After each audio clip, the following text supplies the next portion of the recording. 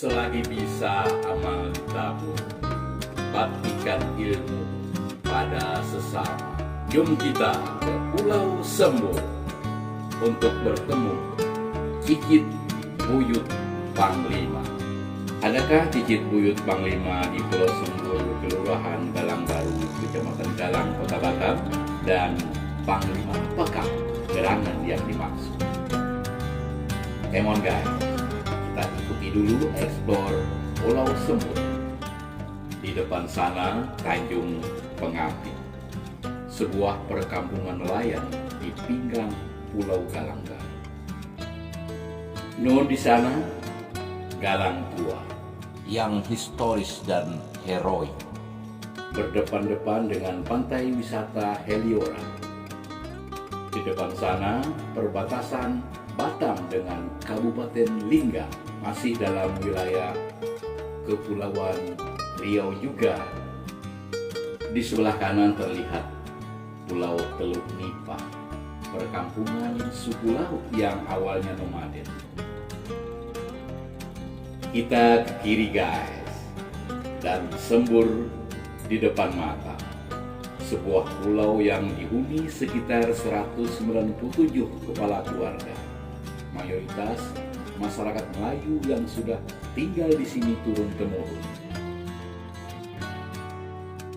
Rionando Putar-Putar, mantan petinju juara SEA Games.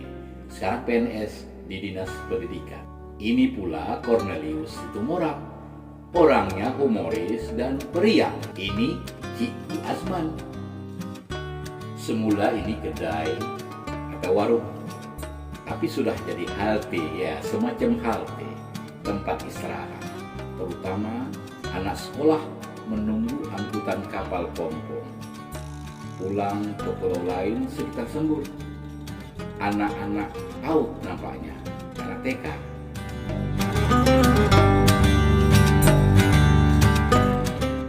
Kita melintas di depan Masjid Al-Ikhlas.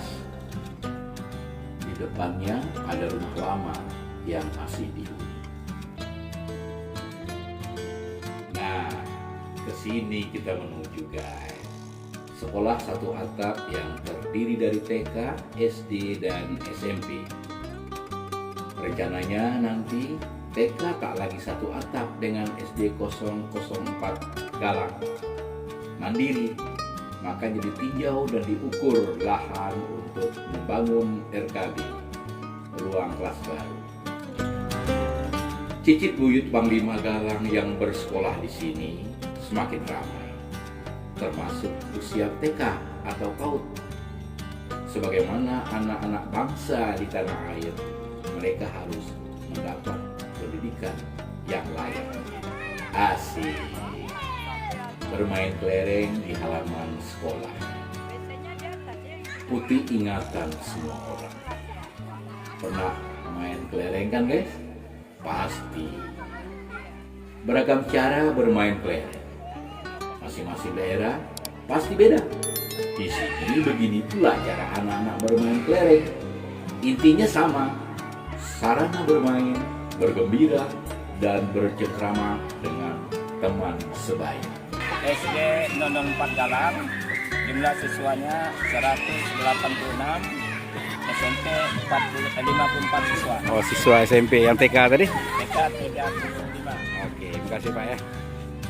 Rupanya Cikgu Azman yang jadi tekong buat pancung tumpangan kami ke sini tadi, kepala sekolah satu atap di Pulau Sembur yang terdiri dari TK, SD, dan SMP.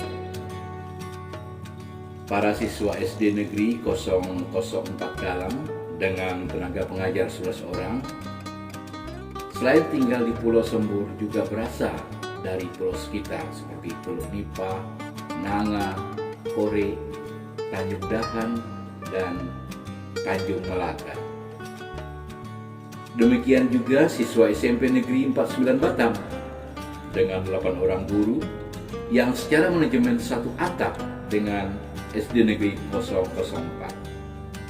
Begitupun PAUD atau TK yang diajar 2 orang guru. Untuk pergi dan pulang sekolah, mereka naik kapal pompong. Biaya ditanggulangi pemerintah, tepatnya pemerintah Kota Batam.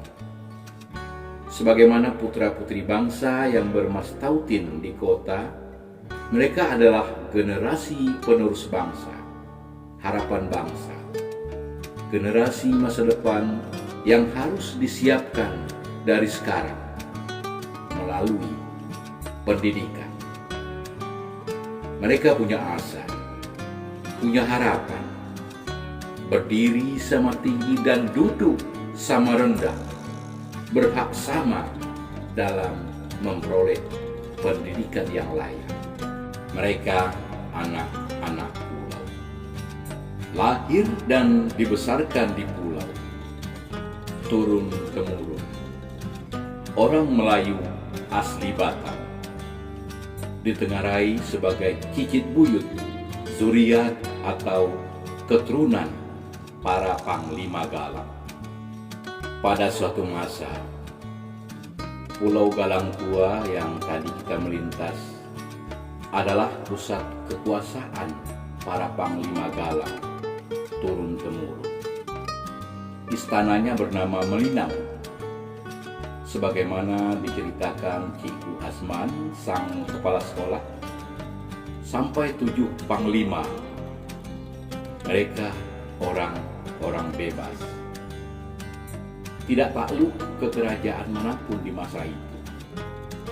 Di era kerajaan Johor sampai era Riau Linggar, para Panglima Galang sangat disegani dan selalu dimintai tolong Sultan dalam hal keamanan dan pengamanan jalur lalu lintas pelayaran. Kini, para cicit buyut Panglima, mereka yang bermastautin di Sembur dan pulau sekitarnya, tentu berasa, berharap dapat berjaya di zamannya. Untuk itu perlu berjuang dengan cara belajar sungguh-sungguh, segigih datuk moyangnya yang gagah, para Panglima Galang yang kesohor itu. Kantin masih sepi, anak-anak sedang belajar, anak-anak SMP sedang bermain voli, tak pakai net, ya sekadar cari keringat sebelum menyerbu kantin agaknya. Asik juga ya, teringat masa-masa sekolah dulu, kisah kasih di sekolah seperti lagu Opi Mesa. Siswa SD dan SMP berbau, namanya juga sekolah satu atap. Kita diajak ke ruangan kepala sekolah guys, melepas dahaga menunggu makan siang. Karena kantin pasti bakal ramai anak-anak, kami dijamu Pak Kepala Sekolah di ruangan kelas yang disulap jadi tempat makan.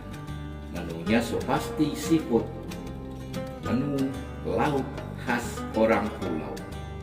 Ada rebus ketam rencong alias rajungan, ada lense ikan dingkis, ada juga kerang guys, sotong masa hitam dicampur dengan tintanya,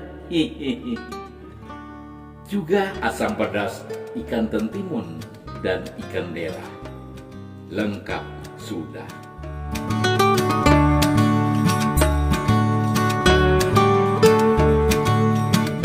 Tugas selesai yang ditutup dengan makan siang. Kami pun bersiap pulang.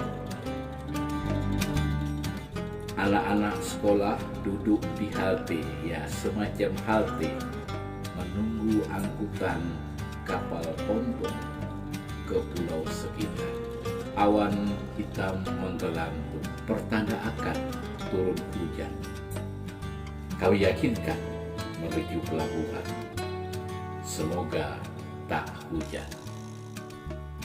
Meniti pelantar kayu, hati terasa sahdu. Ada rindu anak pulau yang ngilu.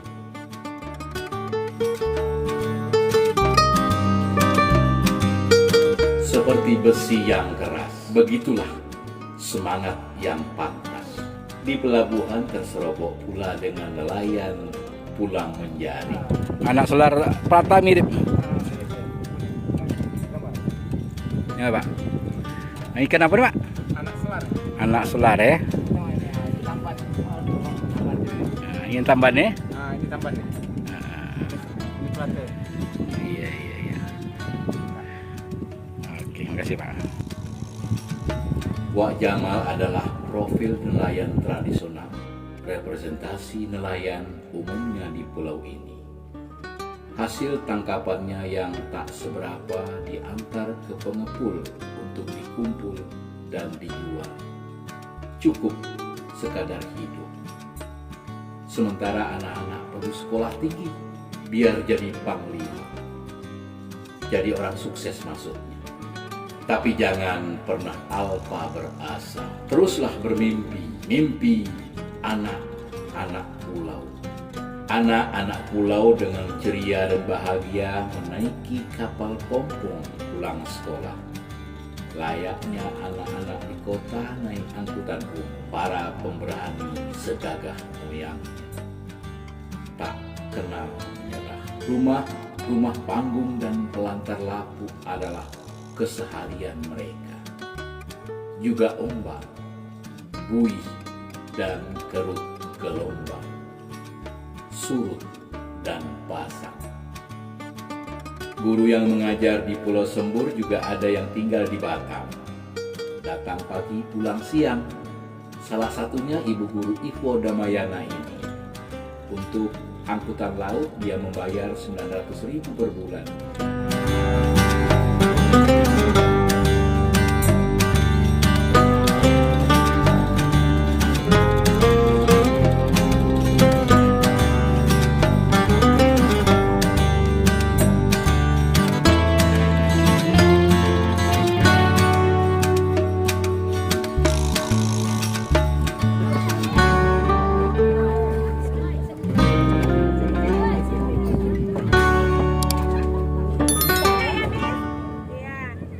Jumpa lagi